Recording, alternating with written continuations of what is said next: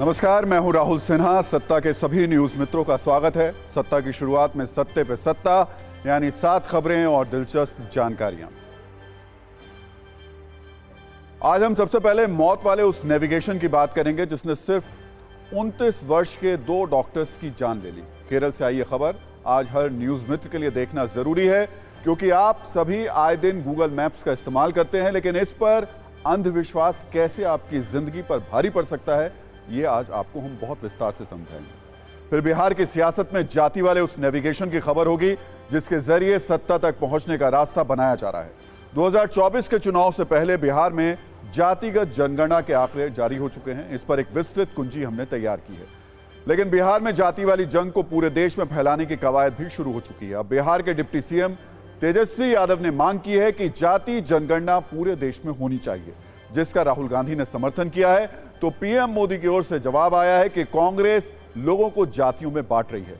चुनावी चिंगारियों से भरी ये रील आज आप जरूर देखिएगा। आज पीएम मोदी मध्य प्रदेश से लेकर राजस्थान तक फुल चुनावी एक्शन मोड में नजर आए। राजस्थान के चित्तौड़गढ़ में प्रधानमंत्री मोदी ने कन्हैयालाल हत्याकांड का जिक्र करके अशोक गहलोत को घेरा, तो ग्वालियर में भी बीजेपी की जीत के लिए पूरा जोर लगाया। दूसरी तरफ राहुल गांधी अमृतसर में हैं। उन्होंने अमृतसर पहुंचकर गोल्डन टेम्पल में माथा टेका और इसके बाद लंगर हॉल में झूठे बर्तन धोकर सेवा की। वो काफी समय तक गोल्डन टेम्पल में ही रुके रहे। वहां की तस्वीरों में भी सियासी संदेश है। असम के सीएम हिमंता बिस्वा शर्मा के बयान से भी सियासत का पारा चढ़ा हुआ है। हिमंता ने एक सवाल के जवाब में कहा कि बीजेपी को अगले 10 सालों तक मियां भाइयों के वोटों की जरूरत नहीं पड़ने वाली। इस पर कैसे सियासी संग्राम छिड़ा, यह भी विस्तार से देखिएगा। और एक बड़ी खबर दिल्ली से भी है, जहां बड़े आतंकी हमले की साजिश को नाकाम कर दिया गया।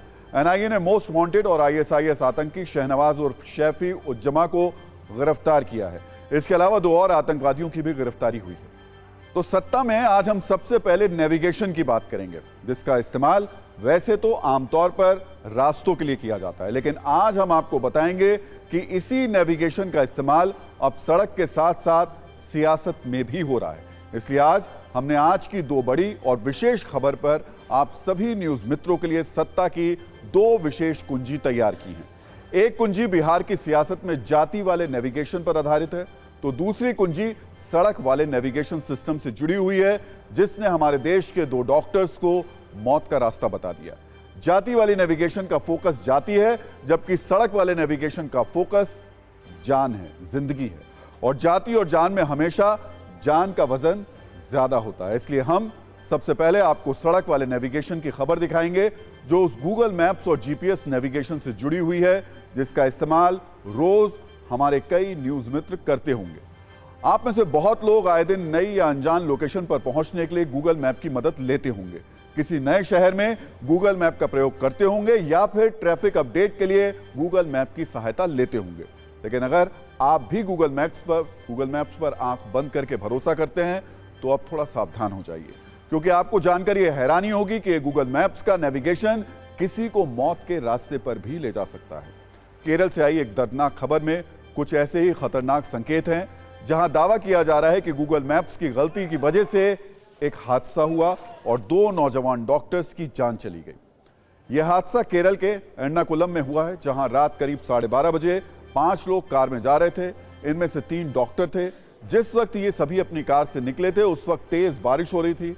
रास्ता बिल्कुल भी समझ में नहीं आ रहा था, इसीलिए इन्होंने रास्ता जानने के लिए गूगल मैप्स ऑन कर दिया।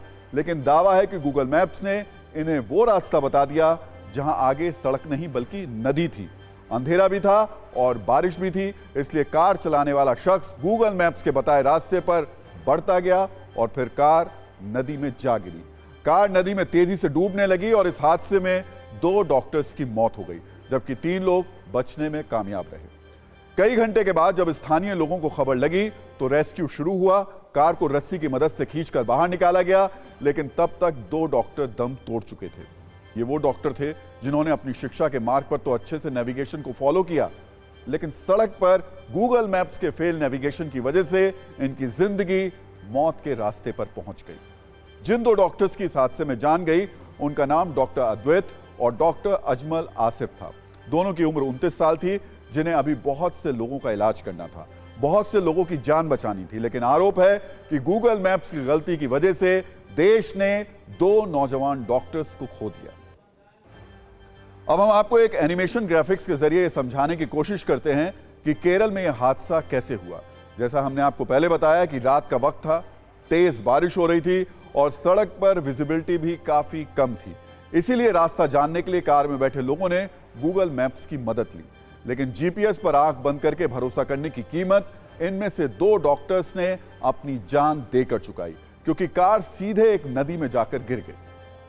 इस घटना का एक और दर्दनाक पहलू यह भी है कि कार में ये सभी लोग डॉक्टर अद्वैत का जन्मदिन मनाकर लौट रहे थे, लेकिन जो हादसा हुआ उसमें डॉक्टर अद्वैत की ही मौत हो गई। इस पर केरल पुलिस की ओर से भी एक बयान जारी किया गया है, जिसमें कहा गया है कि जीपीएस के सहारे सफर करते वक्त हादसों की खबरें इस बात का सबूत है कि गूगल मैप्स भी गलत हो सकता है। गूगल मैप्स की मदद से दुर्घटनाएं ज्यादातर मॉनसून के दौरान ही होती हैं, इसलिए मौत वाले नेविगेशन के खतरे से आगाह करने के लिए आज हमने भी आप सभी न्यूज मित्रों के लिए सत्ता की एक विशेष कुंजी तैयार की है। लेकिन उससे पहले हम आपको एक डेमो के जरिए समझाते हैं कि रास्ता बताने वाला नेविगेशन सिस्टम कब और कैसे किसी के लिए मौत वाला नेविगेशन बन सकता है। इसी पर पहले एक रील देख लीजिए।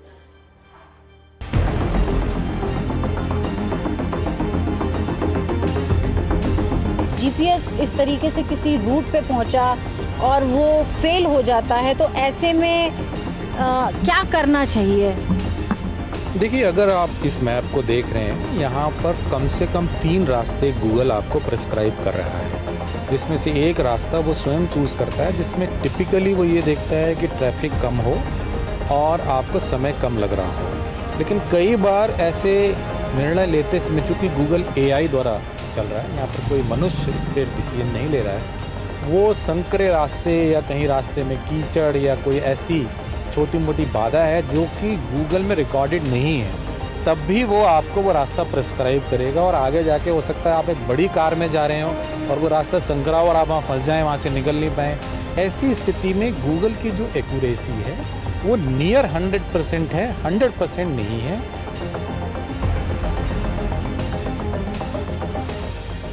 हमें डिस्क्रिशन यूज़ करना चाहिए। दूसरी बात, अक्सर जीपीएस लॉस्ट का एक मैसेज आना शुरू हो जाता है, वो कई प्रकार की तकनीकी कमियों से हो सकता है। लोग ध्यान नहीं देते, लोग उस पर ध्यान नहीं देते हैं, क्योंकि वो मैप तो उन पर दिख ही रहा है और वो इस बात को रियलाइज़ नहीं करते कि अब गूगल में जो इंडिकेटर है वो चलना बंद हो गया है। तीसरा ये भी होता है कि जो गूगल का मैप है वो उन्होंने पूरा फिजिकल लोकेशन लेके, यानी कैमरा वहाँ पर चलाकर देखा है, लेकिन समय समय पर सड़कें बनती बिगड़ती रहती हैं और कई बार पुल भी टूट जाते हैं और पता नहीं चलता है, गूगल में अपडेट नहीं होता है। तो ऐसी स्थिति गूगल की एक्यूरेसी लेस देन 100% होती है। ह्यूमन डिस्क्रिशन यानी स्वयं का विवेक का ध्यान देना बहुत ज़रूरी है। अपनी भौगोलिक परिस्थितियों के बारे में समझना आवश्यक है। अब हम आपको समझाते हैं कि जिस गूगल मैप्स का आप इस्तेमाल करते हैं उसकी गलती की से असल में पहली बार किसी की जान जाने के आरोप पहली बार नहीं लगे। इससे पहले भी गूगल मैप्स की गलती कई लोगों की जिंदगी छीन चुकी है। हमने हाल ही में आपको दिखाया भी था कि कैसे अमेरिका के नॉर्थ कैरोलिना में गूगल मैप्स के गलत रास्ता बताने की वजह से 47 साल के फिलिप पैक्सन नाम के शख्स की मौत हो गई थी, क्योंकि जीपीएस ने उन्हें एक ऐसे पुल पर चढ़ा दिया था जो आगे से टूटा हुआ था। इसके लिए फिलिप के परिवार ने गूगल पर मुकदमा भी किया है। इसी तरह अगस्त 2009 में गूगल मैप्स के गलत रास्ता बताने की वजह से 11 साल के एक बच्चे की मौत हो गई थी। अमेरिका के लास वेगास में कार्लोस नाम का यह बच्चा अपनी मां के साथ कार में जा रहा था, लेकिन गलत रास्ता उन्हें डेथ वैली की ओर ले गया, जहां कई दिनों तक फंसे होने के बाद बच्चे ने दम तोड़ दिया था। और अब केरल में 2 डॉक्टर्स की मौत के बाद गूगल मैप्स की सर्विस पर एक बार फिर सवाल खड़े हो रहे हैं। क्या रास्ता बताने वाले इस तरीके के मैप्स को बिना कुछ सोचे समझे फॉलो करना आपके लिए सुरक्षित है? हम आपको यह भी बताते हैं कि आखिर गूगल मैप्स कभी कभी गलत रास्ते क्यों बताने लगता है। दरअसल जीपीएस के जरिए गूगल मैप्स वो रास्ते बताता है जिसमें कम समय लगता है, यानी अगर रास्ता लंबा भी हो लेकिन समय कम लग रहा होगा तो बहुत हद तक संभावना है कि वो आपको वही रास्ता बताएगा। इसके अलावा सड़क अच्छी है या खराब, ये जानकारी भी जीपीएस पर अपडेट नहीं होती, इसलिए कई बार नेविगेशन सिस्टम ऐसा रास्ता बता देता है जहां सड़क की स्थिति बहुत खराब होती है या फिर सड़क होती ही नहीं है। स्थानीय मौसम की जानकारी भी जीपीएस पर फौरन अपडेट नहीं होती। इसलिए कई बार खराब मौसम की वजह से भी रास्ता बताने में दिक्कत आती है।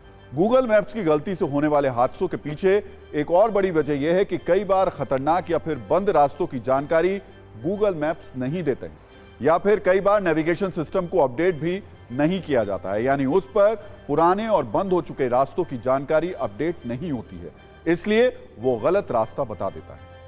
और मुमकिन है कि ऐसा ही कुछ आपके साथ भी हुआ हो कभी।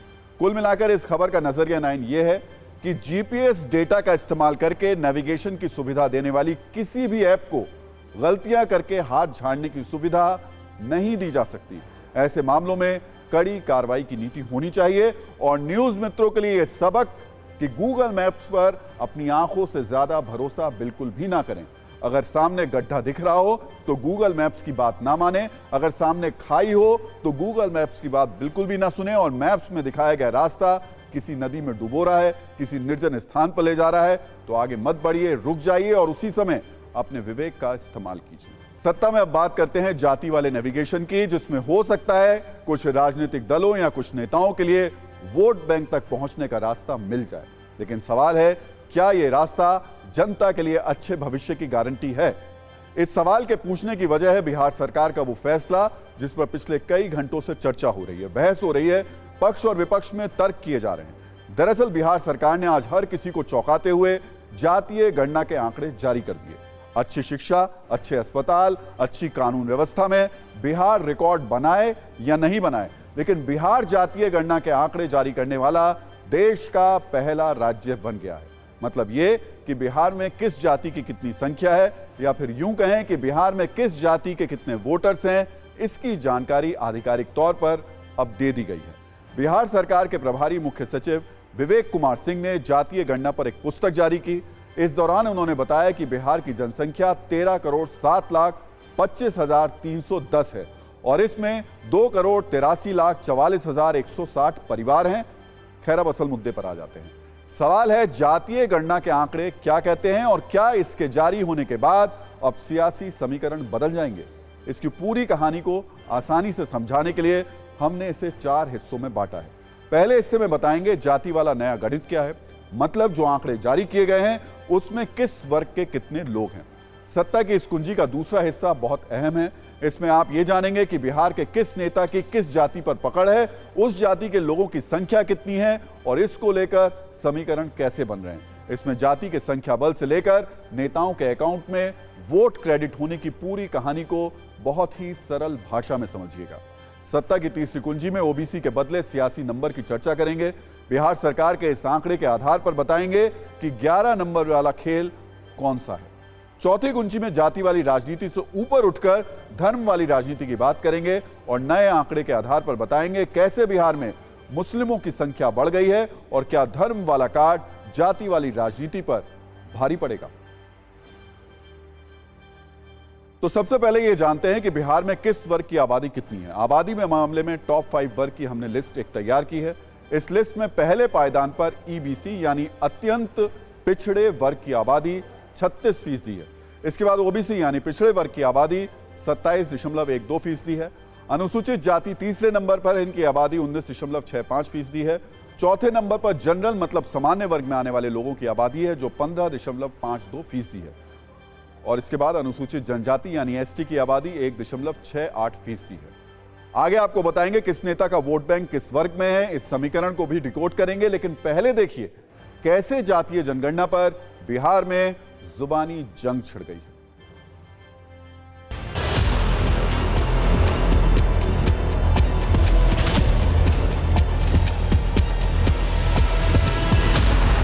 जब बिहार में हुआ है तो हम लोग तो चाहते हैं कि प्रधानमंत्री जी और भाजपा के लोग जो हैं पूरे देश में जो है जातीय जनगणना जो है कराना चाहिए। ओबीसी की बात करने वाले अपनी राजनीति को परिवार से आगे निकालेंगे क्या? इंदिरा गांधी के बाद राजीव गांधी, राजीव के बाद सोनिया जी, फिर राहुल जी, यहाँ पर लालू जी, फिर राबड़ी जी और फिर तेजस्वी जी। आम ओबीसी कहाँ है?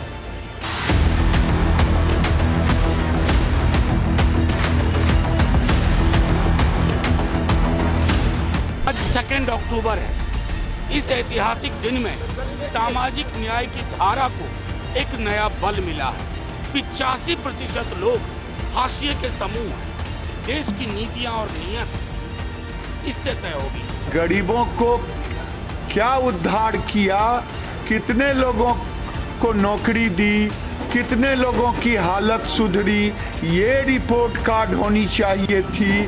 अब ये रिपोर्ट कार्ड जातीय जनगणना का देकर के लोगों में भ्रम के सिवा और कुछ नहीं।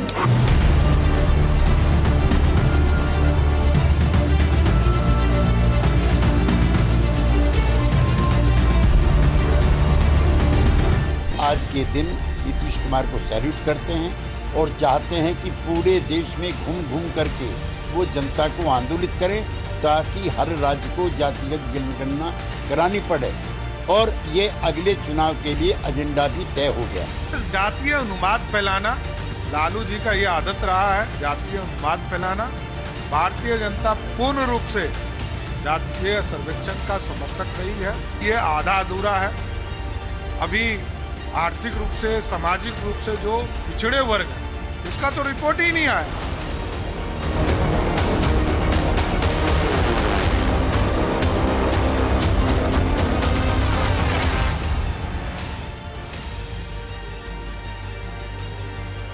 तो बिहार में जातीय आंकड़े जारी होने के थोड़ी देर बाद प्रधानमंत्री मोदी ने मध्य प्रदेश के ग्वालियर से इस पर तंज किया।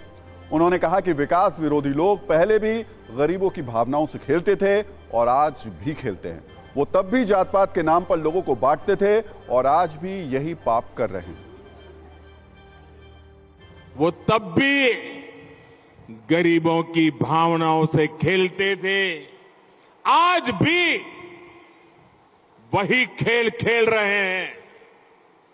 वो तब भी जात पात के नाम पर समाज को बांटते थे, आज भी वही पाप कर रहे हैं। वो तब भी आकंठ भ्रष्टाचार में डूबे रहते थे और आज तो वो एक से बढ़कर एक घोर भ्रष्टाचारी हो गए हैं।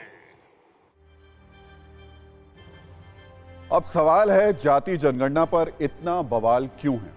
क्यों नेता जाति जातियों के संख्या बल को लेकर इतने चिंतित हैं? ये समझने के लिए आपको समझना चाहिए कि आखिर किस नेता की पकड़ किस जाति में कितनी है और वो जाति सत्ता बनाने और बिगाड़ने में कितना बड़ा रोल निभा सकती है। आसान भाषा में इस जनगणना से बिहार के नेताओं की नेटवर्थ का खेल भी अब समझते हैं। सबसे पहले बात करते हैं बिहार के मुख्यमंत्री नीतीश कुमार की, जो कुर्मी जाति से आते हैं। बिहार में कुर्मियों की संख्या 2.87% है। अब बात यादवों की कर लेते हैं, जो जातियों की आबादी में नंबर 1 है। बिहार सरकार के आंकड़ों के मुताबिक यादवों की संख्या 14.26% है। लालू यादव इस जाति के बड़े नेता रहे हैं, मुख्यमंत्री भी रह चुके हैं। वहीं बीजेपी की ओर से नित्यानंद राय इस जाति की ओर से बड़े नेता हैं। भूमिहारों की बात करें तो बिहार में 2.86% भूमिहार हैं। बीजेपी के नेता गिरिराज सिंह इस जाति से आते हैं। वहीं महागठबंधन की ओर से लल्लन सिंह, जो जेडीयू के नेता हैं, इस जाति से हैं। ऐसे ही कोयरी जाति की बड़ी भूमिका है। इनकी संख्या 4.21% है। उपेंद्र कुशवाहा इस जाति से बड़े नेता हैं। वहीं बीजेपी की ओर से सम्राट चौधरी इस जाति के बड़े चेहरे हैं। वहीं राजपूतों की संख्या 3.45% है। बीजेपी से राजीव प्रताप रूडी, राधा मोहन सिंह, आर.के. सिंह बड़े नेता हैं। वहीं आरजेडी की ओर से जगदानंद सिंह, आनंद मोहन इसके बड़े चेहरे हैं। बिहार में ब्राह्मणों की संख्या 3.66% है। बीजेपी की ओर से अश्वनी चौबे हैं, तो आरजेडी की ओर से मनोज झा, जेडीयू की ओर से संजय झा हैं। दुसाध जाति का बिहार की राजनीति में बड़ा रोल है।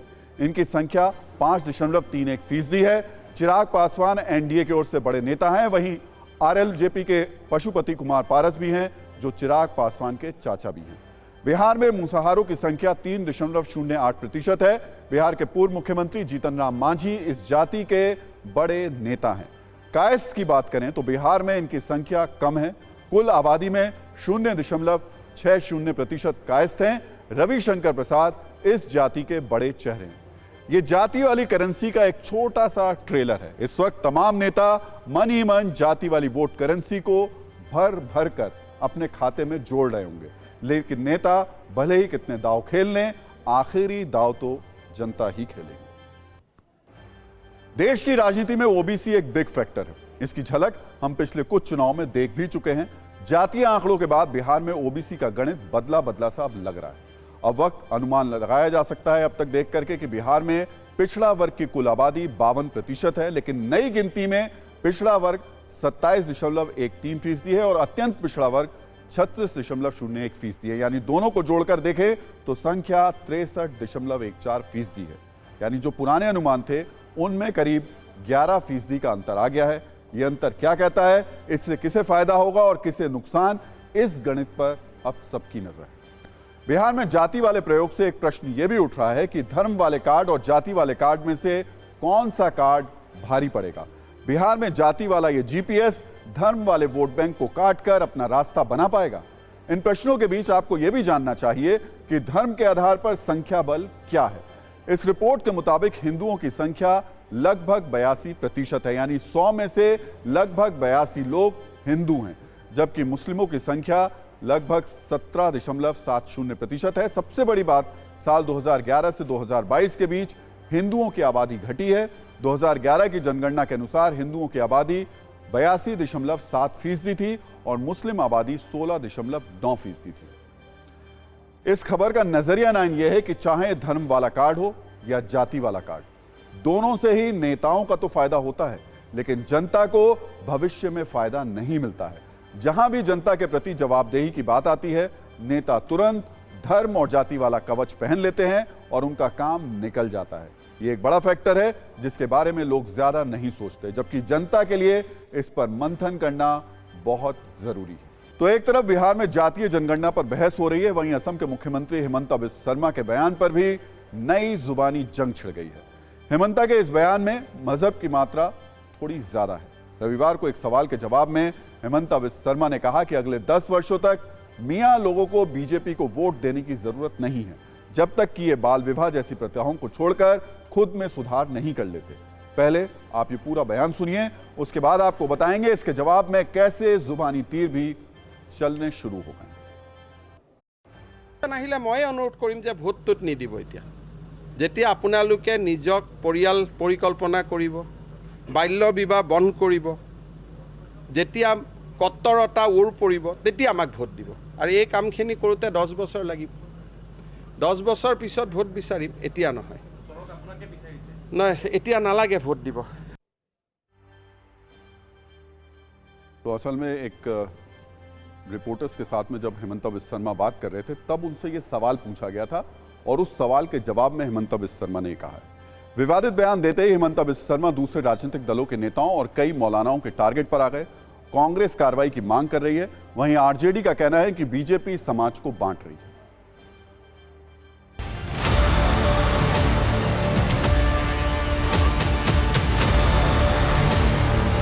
मुझे नहीं लगता कि ये भारत में दिया गया बयान किसी मुख्यमंत्री का है जो संवैधानिक पद पे बैठा। अगर ये हेट स्पीच नहीं तो क्या है? आप किसी जात विशेष को तिरस्कृत करें सार्वजनिक रूप से मुख्यमंत्री पद पर बैठ के, तो उनके खिलाफ तो मुकदमा होना चाहिए और केंद्र सरकार कार्रवाई करे।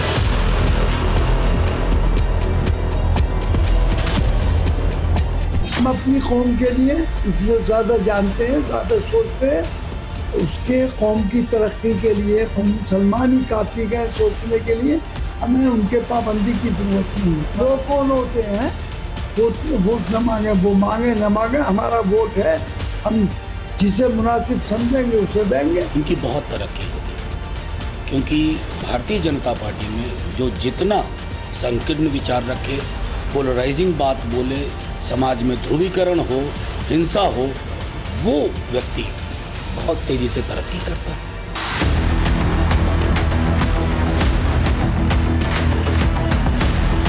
तो उनका सियासी बयान है, मैं उस पर कुछ नहीं कह सकता, बल्कि सच्चाई ये है कि जो सरकार ने नारा दिया था, सबका साथ, सबका विकास, सबका विश्वास, उस पर सरकार खरी उतर रही है। आसाम के मुख्यमंत्री की ये हमेशा आदत है, वो मुसलसल मुसलमानों के खिलाफ कोई न कोई इशू लेकर के, मामले को लेकर के वो बयानबाजी करते रहे हैं। उनके बयान को इलेक्शन कमीशन को चाहिए कि वो नोटिस ले। और सत्ता में अब बात करते हैं चुनावी राज्य मध्य प्रदेश की, जहां अभी चुनावों की तारीख तो तय नहीं हुई, लेकिन उम्मीदवारों के कटते टिकट और बदलते समीकरण के बीच विदाई वाले डायलॉग से माहौल भावुक हो चुका है। चुनावी एक्शन के बीच इमोशन वाले इस एपिसोड के केंद्र में है मध्य प्रदेश के मुख्यमंत्री शिवराज सिंह चौहान, जो अपने कुछ बयानों और संकेतों के कारण हर तरफ चर्चा में है। शिवराज सिंह चौहान ने रविवार को मध्य प्रदेश के सीहोर में भावुक होते हुए कहा कि ऐसा भैया मिलेगा नहीं, जब मैं चला जाऊंगा तब तुम्हें याद आऊंगा। माहौल चुनाव का है, तैयारी जीत की है, बीजेपी के नेताओं का ऐलान बहुमत का है।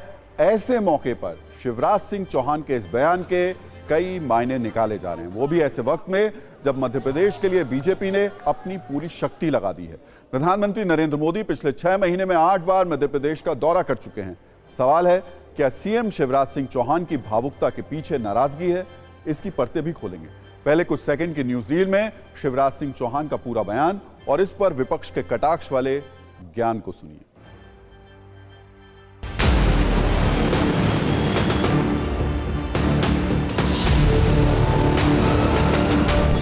ऐसा भैया मिलेगा नहीं, जब मैं चला जाऊंगा तब याद होगा।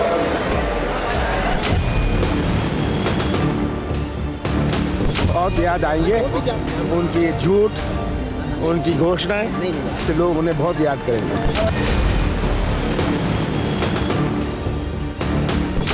को साइडलाइन कर दिया गया क्या? मुझे लगता है अभी बहुत नकारात्मक सोचने की जरूरत नहीं। शिवराज जी ने बोला कि जाऊंगा तो बहुत याद आऊंगा, आखिर क्यों इस तरीके का उन्होंने बयान दिया कल? इसलिए क्योंकि उन्होंने हार स्वीकार कर दिया।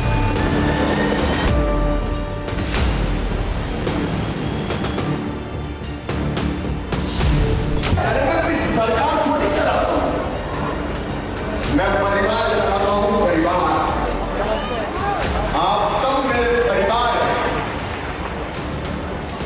परिवार है।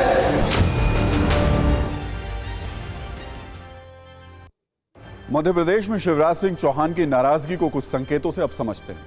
पहले संकेत को आप ऐसे समझ सकते हैं कि 25 सितंबर को प्रधानमंत्री नरेंद्र मोदी ने भोपाल में जन आशीर्वाद यात्रा के समापन कार्यक्रम को संबोधित किया। 40 मिनट के संबोधन के दौरान उन्होंने अपने भाषण में एक बार भी शिवराज सिंह चौहान का जिक्र नहीं किया और ना ही उनकी किसी योजना के बारे में कोई बात की। इसी दिन शाम को दूसरा संकेत देखने को मिला जब बीजेपी ने मध्य प्रदेश में उम्मीदवारों की दूसरी सूची जारी की।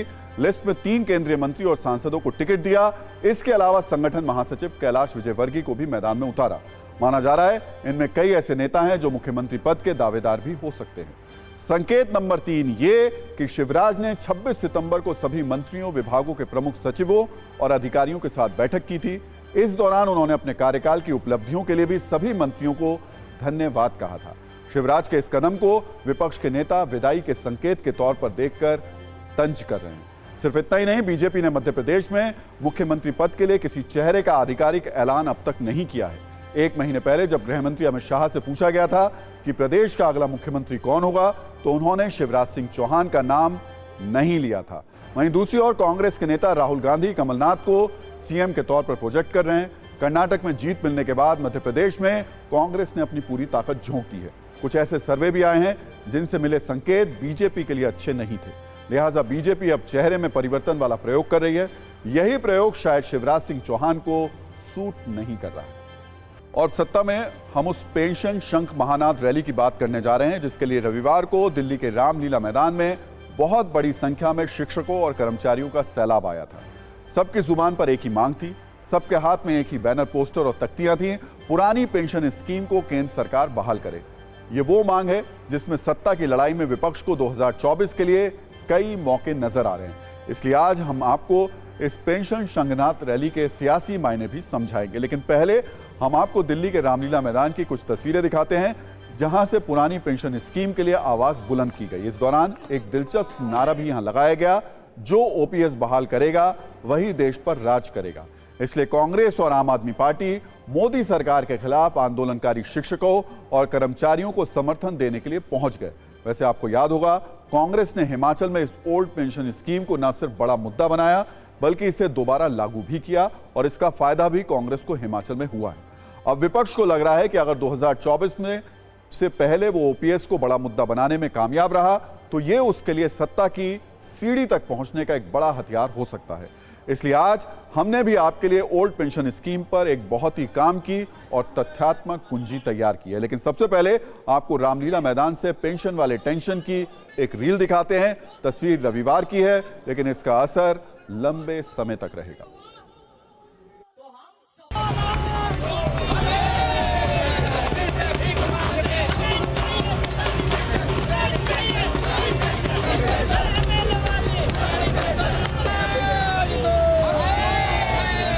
पेंशन बिल्कुल मंजूर नहीं है किसी भी कीमत पर। हमें पुरानी पेंशन चाहिए। हम 30 साल सेवा में रहते हैं, सरकार की सेवा करते हैं, तब भी हमें पुरानी पेंशन नहीं दी जाती। इतनी अच्छी है तो भाई पहले तो ये जो सांसद हैं, विधायक हैं, ये अपने आप को पहले नई पेंशन में लेके आए। अगर एनपीएस ठीक है तो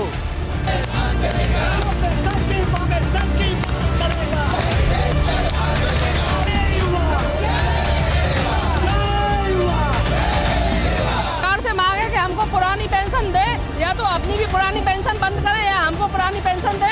नई पेंशन स्कीम योजना जो है शेयर मार्केट पे आधारित है, इसमें कोई भरोसा नहीं है कितनी मिलेगी कितनी नहीं। इस पुरानी पेंशन से हमारा बुढ़ापा सिक्योर हो रहा है। नई पेंशन स्कीम एक छलावा है जिसके तहत हम सब लोगों को बहुत नुकसान है।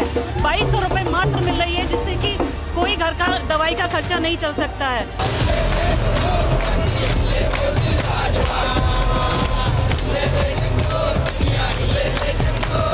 वही पैसा चाहिए जो हमारा है। हम सुरक्षित रहना चाहते हैं, हमारी इनकम लोअर जितने भी है उतना फिक्स रहे, हम अपने काम को, अपने बुढ़ापे को सम्मान के साथ जी सके। अदरवाइज बहुत बुढ़ापा मुश्किल होने वाला है। दिल्ली के मुख्यमंत्री अरविंद केजरीवाल जी आए थे, उन्होंने कहा था जहां हमारा शासन वहां पुरानी पेंशन, और दिल्ली की विधानसभा में ओल्ड पेंशन की स्कीम बहाली की गई। सारे कर्मचारी लड़े रे जवानवा।